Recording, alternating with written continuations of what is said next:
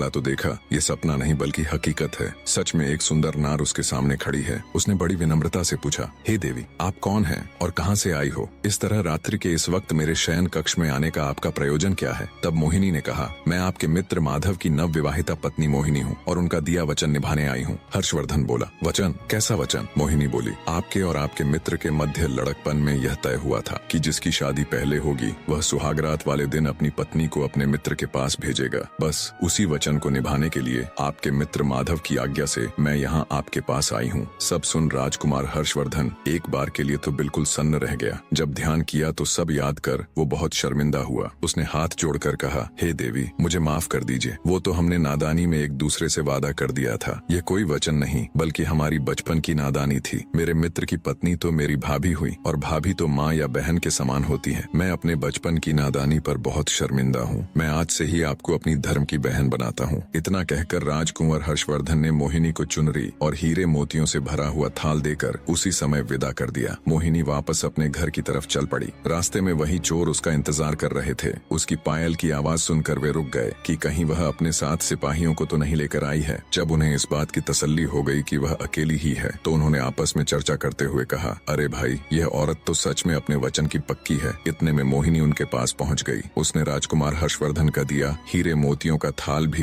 उन्हें देते हुए कहा कि यह भी रख लीजिए, ये भी आपके भाग्य में ही था। रुकिए, मैं अभी अपने सारे गहने उतार कर आपको देती हूँ। इतना कहकर वह अपने गहने उतारने लगी। चोरों के आश्चर्य की सीमा नहीं थी। उन्होंने उसे रोकते हुए कहा, जरा रुको, पहले तुम हमें यह बताओ कि तुम कहाँ गई थी और यह हीरे मोतियों से भरा हुआ थाल तुम्हें कहाँ से मिला? तब मोहिनी ने उनको अपनी पूरी कहानी विस्तार से बताई। सारी बात सुनने के पश्चात चोरों ने हाथ जोड़ते हुए कहा, हे देवी, आप धन्य हैं जो अपनी लाज की चिंता न करके अपने पति का मान बचाने के लिए इतना बड़ा कदम उठाया। आप जैसी चरित्रवान स्त्री को तो हम भी अपनी बहन बनाना चाहते हैं। क्या आप हम जैसे पापियों को अपने भाई के रूप में स्वीकार करने का सम्मान देंगी? मोहिनी की स्वीकृति मिलने पर चोरों ने उसे हीरे जवाहरात से भरा हुआ थाल वापस कर दिया और साथ में लूटा हुआ धन भी दे दिया तथा सम्मान पूर्वक उसे उसके घर तक पहुंचा दिया। इतनी कहानी कहकर राजा विक्रमादित्य रानी के मटके से बोले, बताओ रानी के मटके किसका त्याग बड़ा है, चोरों का या राजकुमार हर्षवर्धन का? मटके के ऊपर रखा हुआ वीर बोला, महाराज,